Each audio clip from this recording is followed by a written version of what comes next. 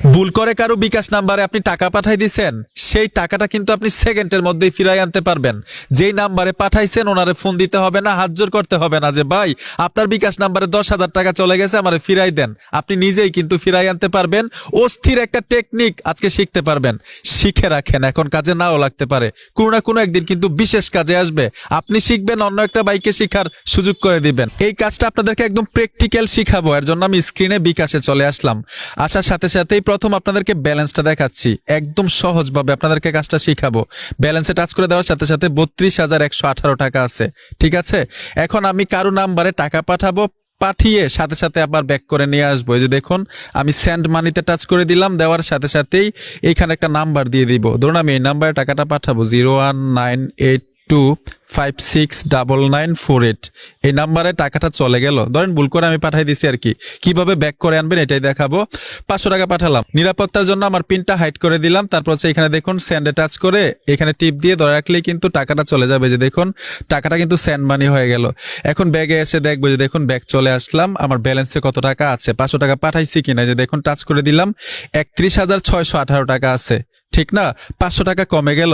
এখন আমি টাকাটা ব্যাগ নিয়ে আসব।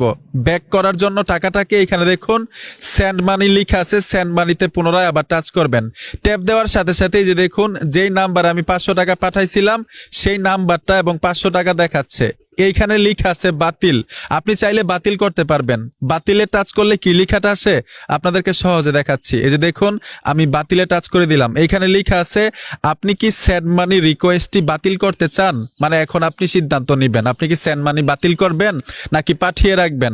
বাতিল করার জন্য এখানে যদি হাতে টাচ করেন অটোমেটিক বাতিল হয়ে যাবে। এই যে দেখুন আমি হাতে টাচ করলাম, অটোমেটিক কিন্তু বাতিল হয়ে গেল। মানে টাকাটা ব্যাক করে আমার অ্যাকাউন্টে আবার চলে আসবে। এইখান থেকে যদি আমি ব্যাক চলে আসি আপনাদেরকে ব্যালেন্সটা দেখাই।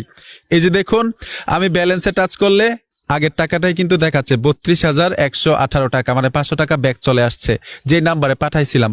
আসলে এই টেকনিকটা আমি কিভাবে করলাম, এই ট্রিক্সটা কিভাবে কাজ করে, এই ট্রিক্সটা হচ্ছে যেই নাম্বারে আপনি ভুল করে টাকাটা পাঠাবেন, ভুল মানেই তো ভুল। ভুল মানে কি, একটা নাম্বার আপনি ভুল করছেন ওই নাম্বারে কিন্তু টাকাটা চলে যাবে, পুরাটা নাম্বার তো আর ভুল হয় না। তো যেই নাম্বারটা আপনি ভুল করছেন সেই নাম্বারে যদি বিকাশ করা না থাকে, ঠিক এইভাবে আপনি আবার ব্যাক করে নিয়ে আসতে পারবেন যদি বিকাশ করা না থাকে।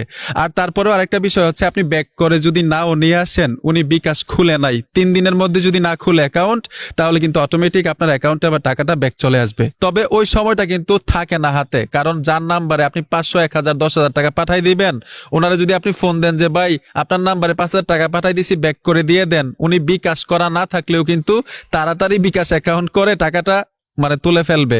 তো এর জন্য ঠিক এইভাবে চেষ্টা করবেন, যদি বিকাশ করা না থাকে নাম্বারে আপনি নিজে নিজে ওই মানে ব্যাক করে নিয়ে আসতে পারবেন সেকেন্ডের মধ্যে। এটা আমি দেখাইলাম। যদি বিকাশ করা না থাকে কিভাবে ব্যাক করে টাকা নিয়ে আসতে হয়। আরেকটা গুরুত্বপূর্ণ বিষয় হচ্ছে যেই নাম্বারে টাকাটা পাঠাইছেন, ধরুন ওই নাম্বারে বিকাশ করা আছে, ওই টাকাটা আপনি কিভাবে ফিরে পাবেন। ঠিক একই প্রসেসে ফিরে পাবেন সেন্ড মানিতে গেলে না, ওইটা কিন্তু ওইভাবে ফিরে পাবেন না। ওইটার জন্য আপনি অবশ্যই কাস্টমার কেয়ারের সাথে যোগাযোগ করতে হবে। কাস্টমার কেয়ারের সাথে যোগাযোগ করার পরে আপনার কাছ থেকে কিছু ডকুমেন্টস চাইবে। সত্যি কি আপনি টাকাটা ভুল করে পাঠাই দিয়েছেন ওনাকে, যদি সঠিক ডকুমেন্টস দিতে পারেন, যেই নাম্বারে পাঠাইছেন ওনারে কাস্টমার কেয়ার থেকে ফোন দেওয়া হবে, ডাকাবে আর কি অফিসের মধ্যে। তখন তারা প্রমাণ নিবে, যদি সঠিক প্রমাণ দিতে পারেন, যদি ভুল হয়ে থাকে অবশ্যই আপনি টাকা ফিরে পাবেন কাস্টমার কেয়ারের মাধ্যমে। আপনি নিজে নিজে পারবেন না।